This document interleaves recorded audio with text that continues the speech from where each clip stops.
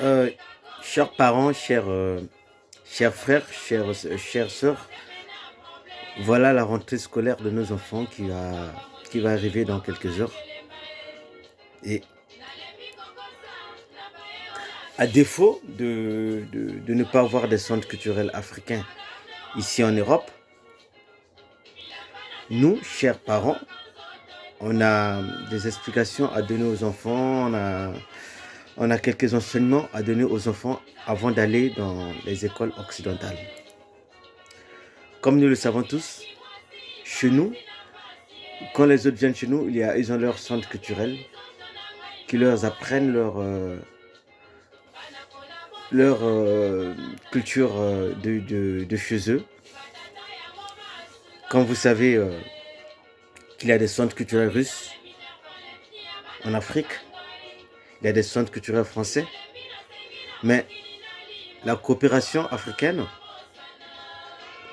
n'a jamais pensé négocier avec ses partenaires afin d'installer des centres culturels africains en Occident, afin qu'on apprenne à nos enfants et à d'autres même la culture africaine. Voilà nos enfants qui vont s'apprêter à aller à l'école. Ils seront mélangés avec les enfants d'ici. Eux aussi sont d'ici, mais bon, les enfants, ils vont se mélanger avec les enfants originaires vraiment d'ici. Mais ils sont d'abord africains, ces enfants-là. Les nôtres sont d'abord africains.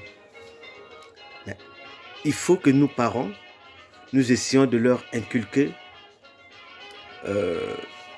la touche africaine, l'éducation africaine, afin que eux puissent s'en servir durant leur vie et arriver à un âge de maturité, ils vont essayer de choisir. Bon, déjà avant que nos enfants partent à l'école, on va commencer par leur dire que vous, nos enfants, toi mon fils, toi mon enfant, toi mon grand, voilà, tout ton corps t'appartient. N'accepte pas que quelqu'un puisse toucher à ton corps, à ton bras, à ton pied, à ton visage. Certes qu'il y a la distanciation qui est imposée par la pandémie, mais d'abord, on doit expliquer ça à nos enfants parce qu'ils seront mélangés avec les enfants des autres, dont la majorité sont sont d'origine latine. Et comme nous savons tous que les latins sont très tactiles. Donc on va apprendre ça aux enfants parce qu'il y a aussi les dangers. Il y a aussi les dangers. Nous sommes dans ce monde, nous savons ce que c'est. Donc on va dire aux enfants que personne, ni ton camarade, ni ton professeur, ton professeur, personne ne doit toucher à ton corps. Tu vas faire pipi, tu te nettoies toute seule, que personne ne touche à toi, touche à ton corps. Ça, c'est en premier. 2, on va dire à l'enfant que toi, à l'école, tu représentes toute la maison, tu représentes la famille. Tu représentes notre famille. La façon que tu supportes les Bleus, quand on regarde les matchs des Bleus, tu les supportes à la télé. Donc là-bas aussi, c'est comme une compétition. Là-bas, tu représentes papa, tu représentes maman. Donc tu représentes toute la famille. Ça, il faut qu'on apprenne ça à nos enfants. On doit encore apprendre à nos enfants que... On va aussi apprendre à nos enfants la culture de la famille. Ils vont être confrontés à d'autres enfants qui sont là-bas, dont deux fois les parents sont deux hommes ou deux femmes.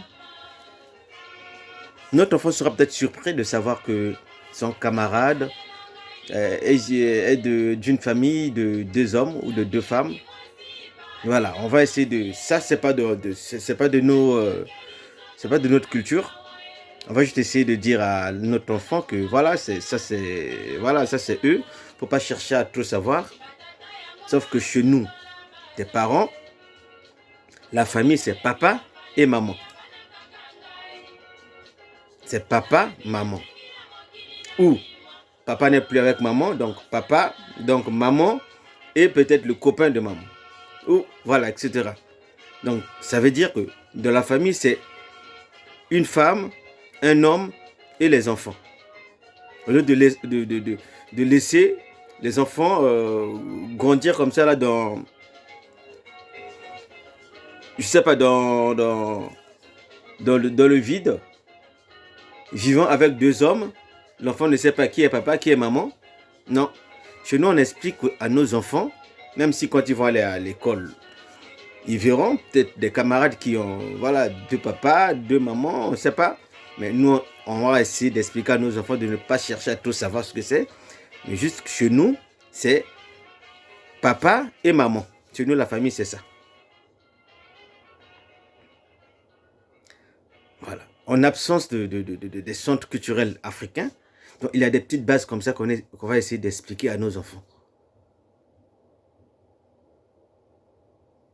On va encore essayer de dire à nos enfants que papa ou maman, chaque fois, devrait présenter sa copie, son travail à son papa. Voilà. Donc, chez nous, l'éducation est centrée comme ça là. Donc, nos enfants vont aller se mélanger, mais il faut chaque fois toujours donner, expliquer à nos enfants. Et on va expliquer à nos enfants aussi que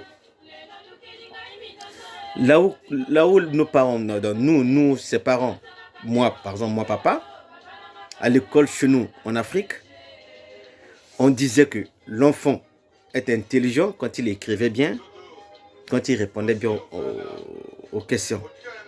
Mais dans d'autres pays, dans d'autres cultures, l'enfant est très... On qualifie l'enfant d'intelligent quand il raconte tout ce qui se passe à la maison. Et voilà, surtout les femmes seules là. Maman est toute seule à la maison, maman a un copain, le copain là insulte maman. Si l'enfant explique tout ça là, donc vraiment l'enfant là est intelligent. Mais quand l'enfant ne dit rien, il refuse de raconter tout ce qui se passe à la maison.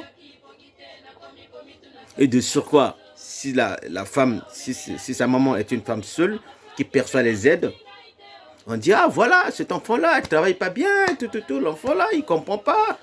C'est parce que l'enfant ne dévoile pas tout ce qui se passe à la maison. Parce que à travers ce que les enfants racontent à l'école, sur la vie de la maison, la vie de maman, la vie de tout, le dossier là, ils vont faire tout un dossier et ça va aller jusqu'à la cave, partout. Comme ça, on a tout sur vous. Donc, essayez quand même d'essayer de faire ce travail sur vos enfants, sur nos enfants. Parce que nous n'avons pas de centre culturel africain. Nos enfants vont aller se mélanger avec les enfants, je ne sais pas, des autres qui n'ont pas de la même culture. Mais ils vont très bien s'adapter. Ce n'est pas qu'on va à l'encontre de l'éducation qu'on donne en Occident, mais juste qu'on essaie comme de mettre on essaie quand même de mettre quelque chose tout autour afin que nos enfants gardent quand même toute une patte africaine. Parce que quand les Occidentaux viennent chez nous, ils ont sur leur centre culturel français, centre culturel russe. Parce qu'ils veulent apprendre à leurs enfants de garder quand même cette originalité-là. Donc nous, nos pays, nos gouvernements, on n'a pas pensé à ça. L'Union africaine, est existante, comme j'ai écrit dans ce bouquin. L'Union africaine n'est qu'une plaisanterie. Donc, à nous-mêmes de s'organiser avec les moyens de bord. À nous de nous organiser avec les moyens de bord. Donc, on va demander on va essayer de donner des conseils à nos enfants. Ils vont aller à l'école là, le mardi. Donc des petits conseils par-ci par-là, tout, pour que une fois l'enfant à l'école, qu'il sache que personne ne touche à son corps. Personne ne touche à son bras. Parce qu'on sait comment c'est. On sait comment c'est voilà.